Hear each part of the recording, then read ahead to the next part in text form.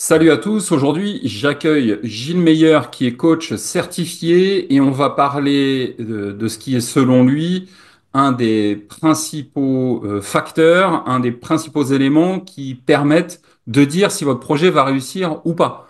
Et donc quand on est infopreneur, on se lance, on commence à créer des contenus, on veut que son audience achète des produits. C'est du travail, c'est des hésitations. Est-ce que j'ai fait les bons choix? Est-ce que ça va finir par payer? Gilles va nous expliquer que, il y a une chercheuse américaine qui a énormément creusé ce sujet et elle a synthétisé tout ça dans ce qui s'appelle la grit. Donc, Gilles, est-ce que tu peux nous expliquer en quelques mots pour commencer ce que c'est que la grit et qui est cette chercheuse justement? Ok, bon, hello André déjà, bonjour à tous et puis ravi d'échanger avec vous sur ce sujet de la grit. Alors, la grit, qu'est-ce que c'est? Ben, la grit, c'est cette espèce de capacité qu'on a à mener un projet qui nous inspire à moyen, long terme, hein, et à aller au bout du projet et à ne pas abandonner en cours. Voilà. Et Angela Duckworth, c'est une chercheuse américaine qui a travaillé particulièrement sur ce sujet-là depuis 10 ans, qui a sorti un best-seller, un livre qui s'appelle L'art de la niaque. On verra que traduire la grille, c'est pas si simple que ça. Là, ça a été traduit avec le terme niaque. Moi, j'aime pas trop. Voilà. Et qui a été un best-seller qui est parti dans le monde entier. Et elle a parfaitement étudié ce qu'était cette grille. Et ce qu'elle a montré, et ce qui nous intéresse aujourd'hui, c'est que, en fait, la grille, c'est le meilleur prédicteur de réussite d'un projet, et particulièrement un projet d'infopreneur. Alors, ça c'est super intéressant.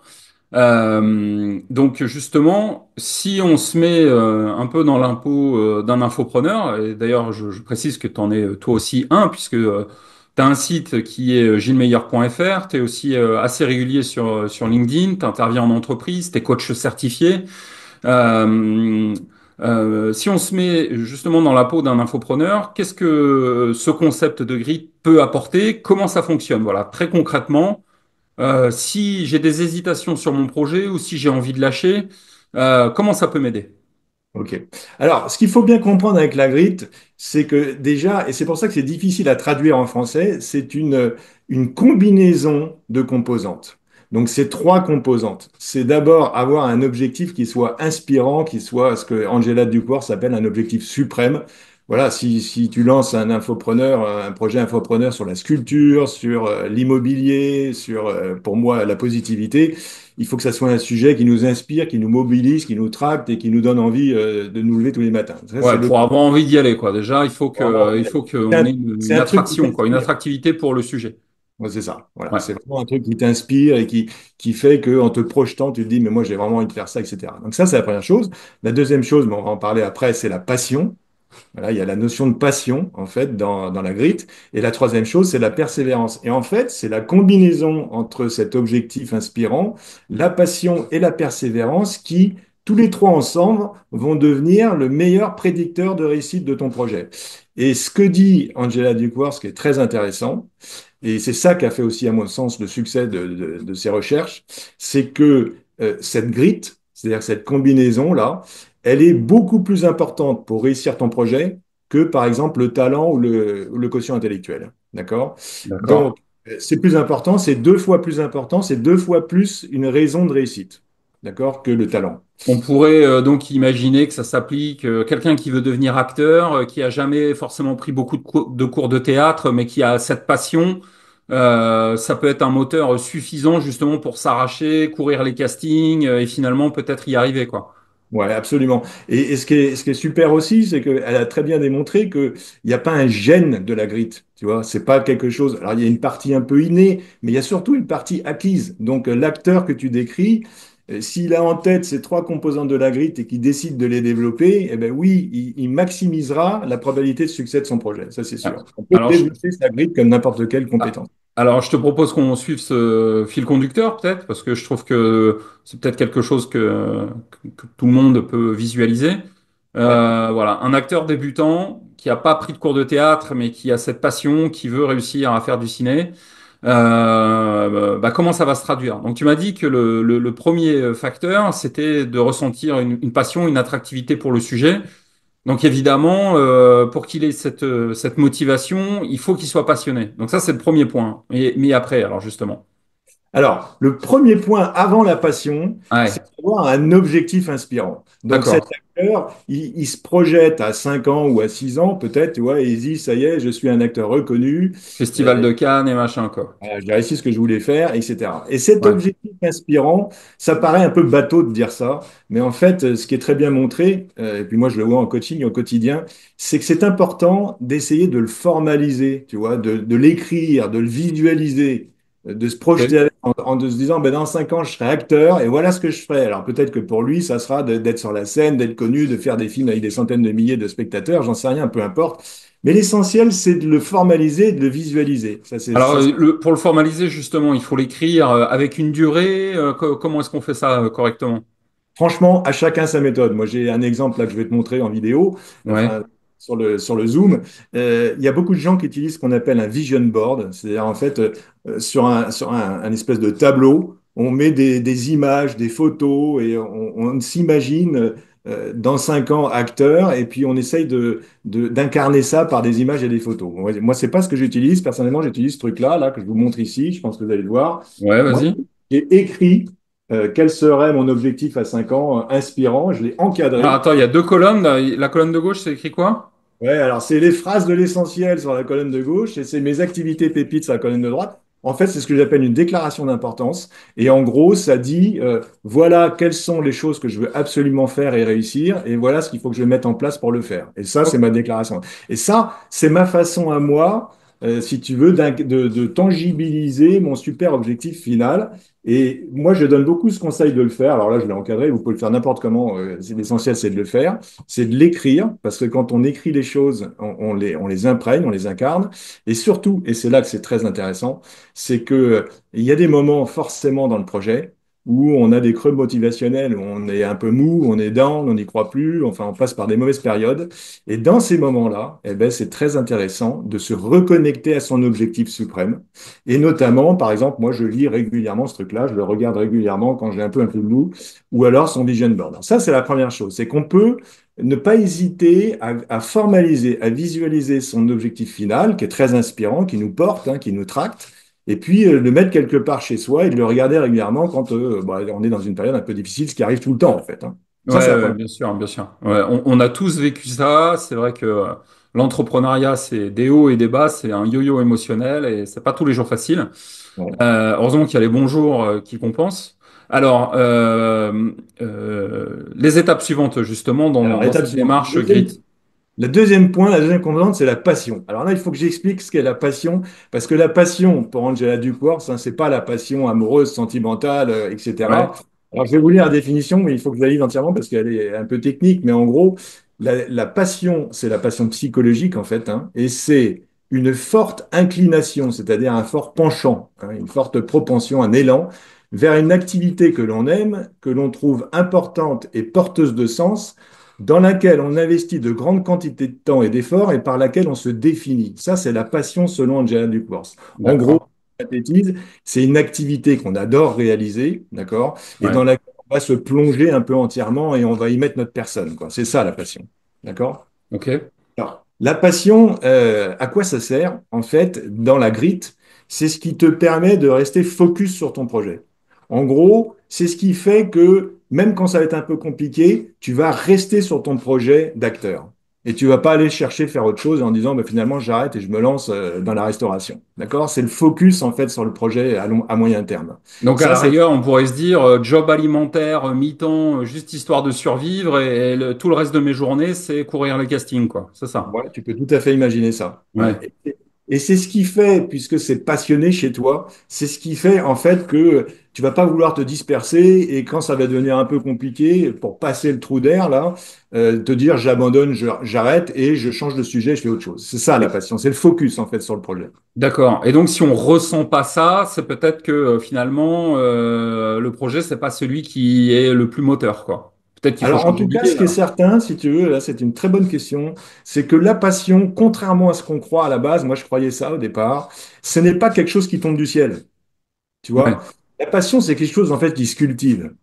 C'est quelque chose qui se fait progressivement. ouais, Donc, tu pars d'un centre d'intérêt. Là, c'est l'acteur qui aime bien tourner ou être ouais. sur scène. D'accord?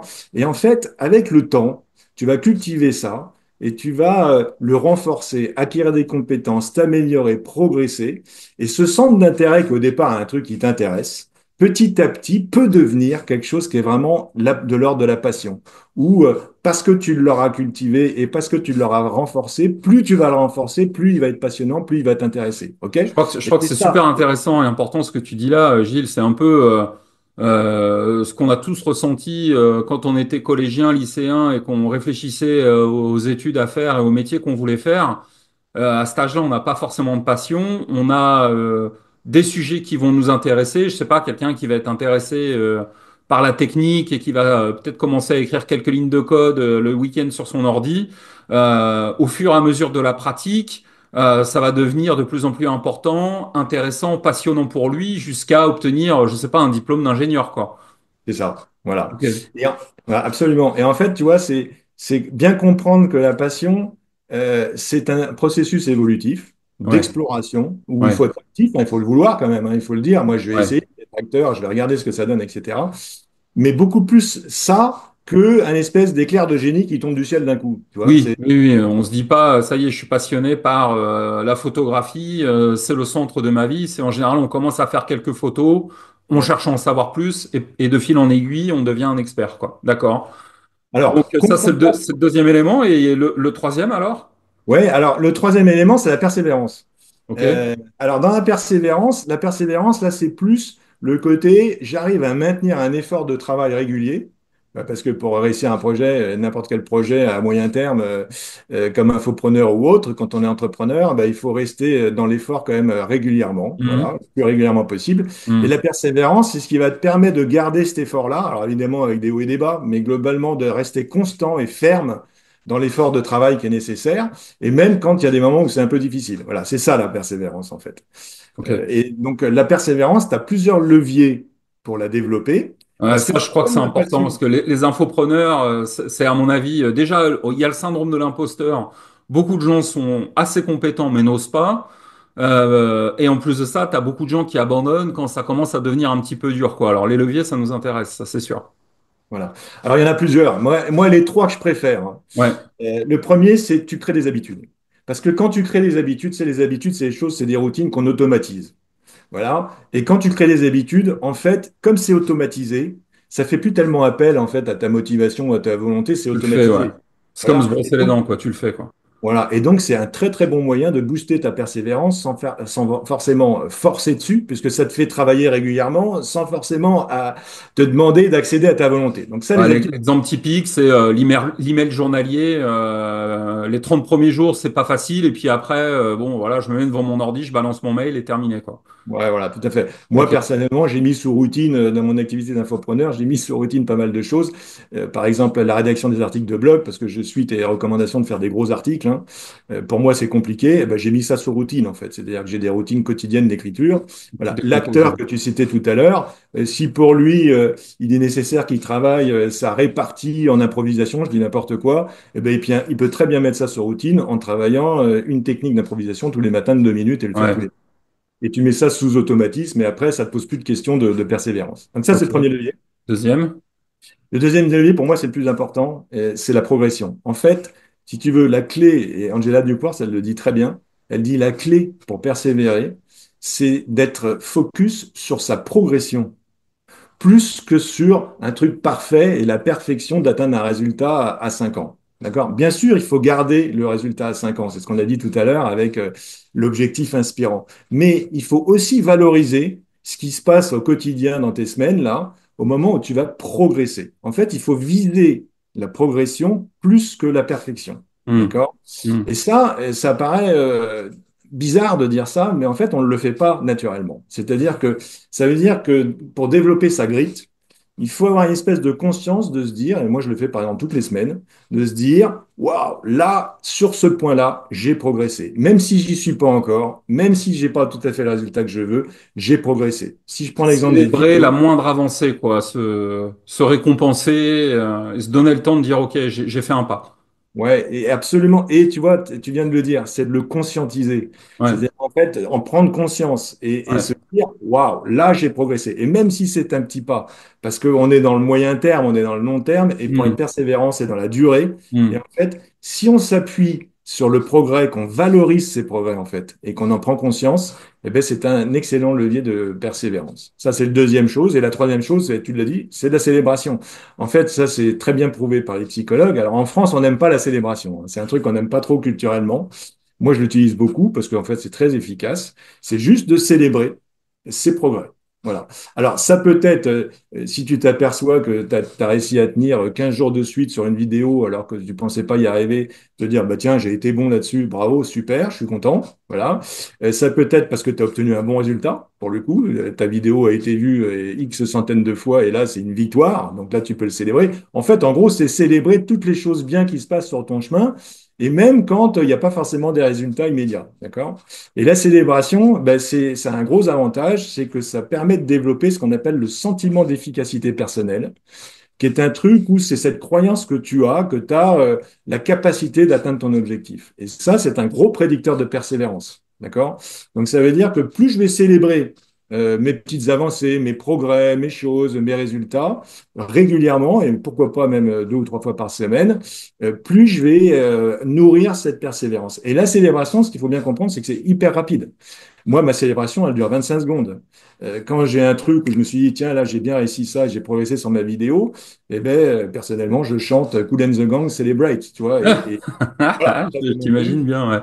À Ouais. Mais chacun, c'est marrant parce que maintenant que tu dis ça, ça me fait prendre conscience d'un certain nombre de trucs. Bon, ma fille est en première, donc le travail scolaire commence à prendre pas mal de place.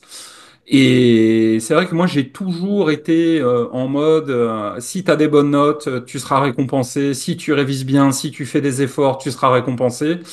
Et elle est devenue naturellement assez bosseuse, quoi. Et donc, elle a pas peur de s'enfermer dans sa chambre un après-midi, de préparer ses examens, parce qu'elle sait que bah, ça va du simple merci jusqu'au petit cadeau, tu vois, en fonction du score qu'elle va claquer. Mais elle est venue naturellement à ça. Donc, ouais, là, je partage à 100% ton truc. Moi, j'aime bien, alors, ok, danser sur Kool and the Gang, mais il y a peut-être aussi des choses qu'on peut s'offrir et qui sont pas forcément onéreuses. On n'est pas obligé de s'offrir complètement. une montre quand on fait une vente. Mais quand on a fini de créer une grosse formation, un petit ciné, pour s'offrir, je sais pas quoi, un truc dont on a envie, aller voir un spectacle. Voilà, moi j'aime bien travailler aussi de cette manière. Puis ça donne envie d'avancer, quoi, en plus. C'est vraiment ça. Et tu vois, l'essentiel, c'est que chaque personne trouve sa manière de célébrer à elle. C'est très Oui, subjectif, c'est très personnel. Et oui, voilà, on trouve sa manière de célébrer et on célèbre. Ce n'est pas du tout ridicule. Au contraire, il est parfaitement démontré par quelqu'un qui s'appelle B.J. Fogg, qui est un Australien qui a travaillé toute sa vie là-dessus, oui. que c'est probablement la meilleure arme qu'on ait pour persévérer. Donc, il ne faut pas hésiter à célébrer ses progrès, ses avancées, ses résultats. Ah, c'est pour toi un des outils les plus efficaces, ouais. Ouais, c'est vraiment, c'est très efficace, la célébration. Ouais. Donc, Voilà. Et là, on ouais. arrive, si tu veux, à un truc où, eh ben oui, tu travailles ton objectif un peu aspirant, tu le visualises, tu reviens dessus, tu te reconnectes dessus. Sur la passion, là, je l'ai pas dit tout à l'heure, mais moi, ce que je conseille vraiment, c'est de dépecer son activité d'infopreneur, de regarder toutes les activités qu'on a dedans et de se dire, tiens, cette activité-là, par exemple, je sais qu'elle m'intéresse, et d'essayer de l'explorer en se disant, est-ce que ça serait pas une activité passion? Tu vois, la passion, c'est aussi des micro-activités. Et de se dire, ça, voilà. Je te donne un exemple très concret sur moi. Par exemple, moi, je me suis aperçu que chercher un nouvel outil dans la positivité, en ce moment, je travaille sur la flexibilité psychologique. Il y a des super outils qui sont en train d'arriver. C'est vraiment, pour moi, une activité passion. J'adore ça. Et ça va me permettre à un moment de me dire, ah ben, quand je suis là-dessus, je me ressource, je me donne de l'énergie, ça me passionne, j'adore cette activité, j'en fais une activité passion. Donc il faut aller chercher dans ces activités les activités qui sont susceptibles de devenir des activités passion. Et à côté de ça, ben, on a des activités qui ne sont pas du tout passionnantes. Voilà, moi je déteste voilà l'administratif par exemple. J'ai du mal avec les aspects très techniques en fait de la newsletter, Mhm. de Internet, etc. C'est compliqué pour moi. Bon, Mhm. ben, c'est la vie, c'est comme ça. En fait, dans notre business d'infopreneur, on a des activités qui sont susceptibles de devenir des activités de passion qu'on va cultiver, et on a des activités qui ne le sont pas. Et justement, le but, ben, c'est de mixer les deux. Et quand on est sur une activité passion, c'est d'y aller à fond et d'en profiter pour se ressourcer. Oui, et puis de se dire, au moins ma journée est équilibrée entre des trucs que je vais apprécier. Et puis un peu les corvées nécessaires, mais il faut quand même réussir à les faire. Ou alors, quand on a un business qui est suffisamment gros, comment les déléguer, les automatiser, etc., quoi. C'est ça. Faire Ouais. beaucoup de choses maintenant. Ok, excellent.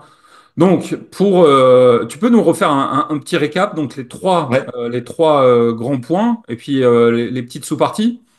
Ouais. Alors en gros, l'idée c'est de se dire, c'est de se questionner en se disant, et finalement, moi, quelle est ma grille à moi? Voilà, quelle grille j'ai, d'accord? Qu'est-ce qui fait que dans mon projet d'infopreneur, ben, je tiens, je dure, et je reste focus et je persévère et ça m'inspire. Ça, c'est ça l'idée hein, principale, parce que cette grille, quand je vais la bosser, la travailler, c'est ce qui va me donner le plus de chances de réussir mon projet d'infopreneur. OK? Hmm.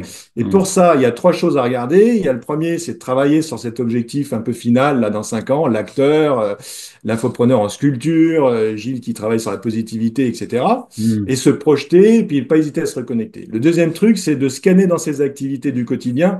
Quelles sont celles que tu vas voir où tu vas te dire, celle-là, ça va devenir, et je vais essayer en tout cas de la cultiver, une activité passion, et je vais booster ma passion dessus. OK? Et puis la troisième chose, c'est d'utiliser un peu les leviers qu'on a décrits pour bosser sa persévérance. Voilà, soit mettre des routines, soit essayer de vraiment valoriser la progression, soit faire les deux et puis célébrer. Et avec ça, en fait, on touche aux trois composantes. Et après, et c'est là le secret génial hein, de la grit, et qui est très bien démontré par Angela Duckworth, c'est que ces composantes-là, en fait, elles sont synergiques et elles s'auto-renforcent. Donc, tu vas avoir, je vais te donner un exemple très concret, c'est que si par exemple tu persévères sur les vidéos. Moi, c'était un problème, j'avais un problème avec les vidéos. Hmm. Si tu persévères, alors qu'au départ, j'aimais pas faire ça, hein, Hmm. et que la persévérance va petit à petit nourrir l'intérêt. D'accord? Au bout Ouais. d'un moment, tu commences à aimer les vidéos. Parce Et que tu moi, deviens bon, aujourd'hui, quoi, à force d'en faire. voilà. Et en fait, tu vois, la persévérance va nourrir la passion.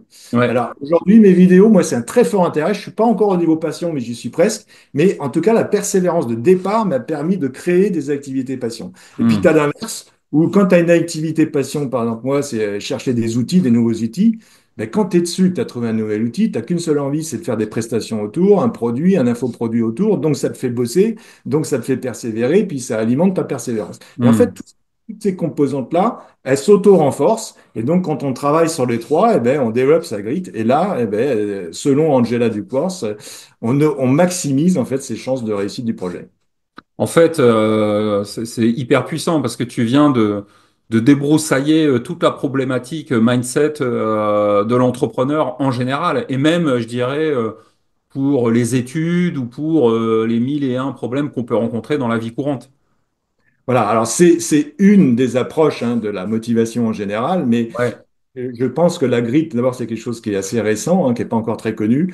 ouais. C'est très bien validé scientifiquement aux États-Unis, hein, et ça commence à arriver en Europe. Et je pense que c'est un truc qu'on comprend concrètement et qu'on peut vraiment travailler au quotidien. Donc moi, ça m'intéresse pour ça. Et si ça peut bénéficier aux infopreneurs, ben, C'est tant mieux. ça, je trouve que c'est très concret, on rentre pas dans des trucs perchés, fumeux, et en même temps, ça met des mots sur des choses qu'on pouvait peut-être percevoir chacun sans en faire un ensemble, en fait, cohérent. Ouais, absolument, ouais, tout à fait. Je trouve que c'est bien, c'est entendable et c'est accessible en fait. Voilà. Puis c'est du quotidien. On peut développer sa grille sans se prendre la tête, quoi. Et donc, ce bouquin de Duckworth, j'imagine que tu en recommandes la lecture, c'est quelque chose qui est facile d'accès ou c'est un bouquin de spécialiste? Non, franchement, c'est quand même plutôt bien parce qu'elle a expliqué ça sous forme d'études de cas. Donc ça Ouais, s'appelle en français, c'est l'art de l'agnac. Voilà, l'art de moi je l'ai, l'agnac, ok. voilà, j'ai online. Il est quand même assez étoffé, etc. Il y a une vision un peu scientifique de la chose, mais moi je trouve que ça vaut le coup. Puis après, ben, il y a des gens comme moi dont le boulot, c'est de prendre ce côté un peu scientifique et d'en faire un mode d'emploi concret et puis de l'apporter pour qu'on puisse l'utiliser au quotidien. Bon, il faut quand même traduire un petit peu les résultats purement scientifiques d'Angela Duckworth. Angela Duckworth, c'est une scientifique, une chercheuse, hein. Il Hmm. faut les traduire en des choses très concrètes pour pouvoir l'utiliser au quotidien. Ça, c'est ton travail de coach et c'est comme ça que tu accompagnes tes clients dans leurs projets professionnels, dans leurs problématiques de bien-être au travail et dans leurs projets de reconversion, hein, si j'ai bien résumé tes grandes activités de coach certifié, je précise. C'est ça. Et puis j'ai en plus de ça ma newsletter qui pousse cette logique d'entraînement et où que je publie tous les 15 jours et où bah, je donne des pratiques, notamment sur la grit. Eh ben ok, c'est super. Donc la newsletter de Gilles, vous allez sur gilesmeilleur.fr, vous avez tous les liens dans la description pour retrouver Gilles sur son site. pour vous inscrire à sa newsletter. Si ça vous intéresse, je vais également vous mettre le lien vers le livre L'art de l'agnac. Merci beaucoup, Gilles, pour cette interview très intéressante. C'est toujours un plaisir d'échanger avec toi. Et écoute, au plaisir de se voir bientôt sur Lyon ou ici sur Perpignan. À bientôt. Également, merci André, merci à Allez, vous. ciao. Salut.